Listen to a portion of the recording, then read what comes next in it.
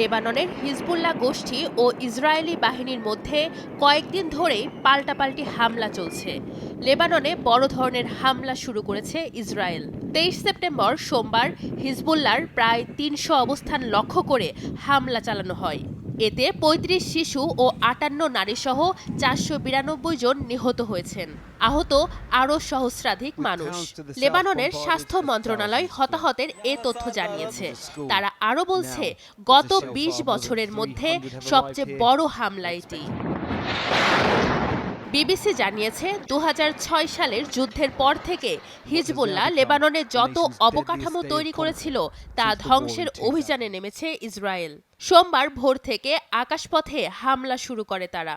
জবাবে ইসরায়েলের উত্তরাঞ্চলে প্রায় 30টি রকেট ছুড়েছে হিজবুল্লাহ। অন্য শক্তিধর দেশগুলো বলছে, ইসরায়েল ও লেবানন সর্বাত্মক যুদ্ধের দিকে যাচ্ছে বলে মনে হচ্ছে। উভয় পক্ষেরই সংযমী হওয়া উচিত।